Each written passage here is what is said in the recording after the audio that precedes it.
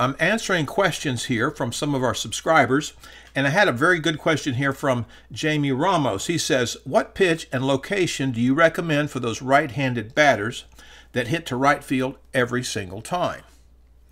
Well, that's a great question, Jamie, and it's such a good question I thought it would be best answered with a video. The approach I use is really inspired by that great legendary closer, Mariano Rivera.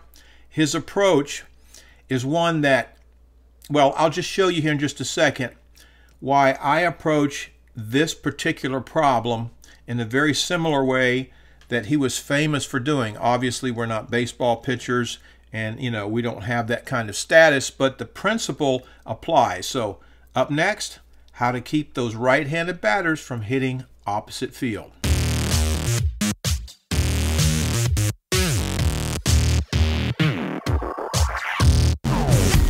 Okay, when I say this approach is inspired by Mariano Rivera, what I mean is his pitching was characterized by two things.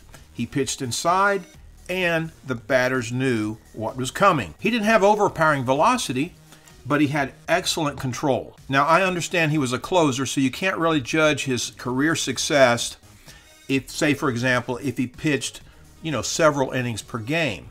It doesn't matter. The batters knew exactly what he was going to do, and he was successful anyway. And likewise, in slow pitch softball, just because the batter knows what you're trying to do to him doesn't mean you can't be successful.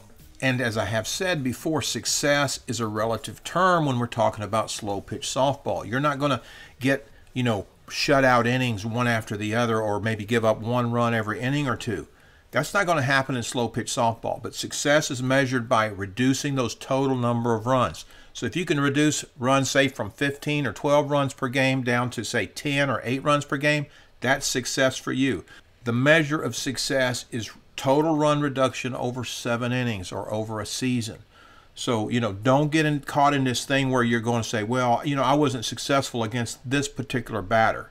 Hey, if he hits 700 and you knock him down to 500, or he's hitting a 400 average, and then over the season you can cut his hitting against you down to 350 or 300, now that is success. So remember, all these techniques that I teach, that is the measure you have to take. You can't use the same yardstick that you use in baseball. It just doesn't apply. The game is tilted toward the batter. But overall, you want to reduce those hits, those runs. That's what we're after. So keep that in mind anytime we're talking about any strategies or tactics to help you as a pitcher and your defense become more efficient at reducing run production. Now, we all know that pitching inside is going to induce more hits to the pull side of the batter, and we know pitching away is going to get more hits to the opposite field.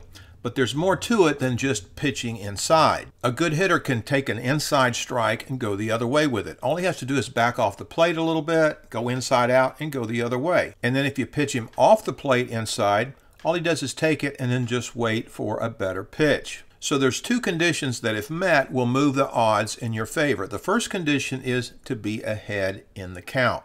The second condition is pitching with lateral movement. So let's address condition one. Now, if you're facing an aggressive hitter, being ahead in the count is not quite as important, so go ahead and pitch that out pitch right off the bat, and we'll get to that in just a minute. If he's a more cautious hitter, you might throw a slider in there inside and let it break over the plate for a strike, or a knuckleball. A lot of cautious hitters will not hit those kinds of pitches for the strike one, and they will wait for a better pitch. Now let's talk about condition two. Condition two is lateral movement of the pitch. For a right-handed batter and a right-handed pitcher, that would be a screwball thrown in over the middle of the plate and then breaking over toward him. That's going to be a really tough pitch for him to push the other way. Now, if you throw that screwball up there, say over the center of the plate or the inside, and it's breaking in on his feet, he's not going to hit that ball to the right field side. That is a tough pitch to handle. Even if he's expecting an inside pitch, when that breaks in on him, even if he steps back and he tries to go the other way, it's generally going to hit the handle of his bat, or he'll shank it.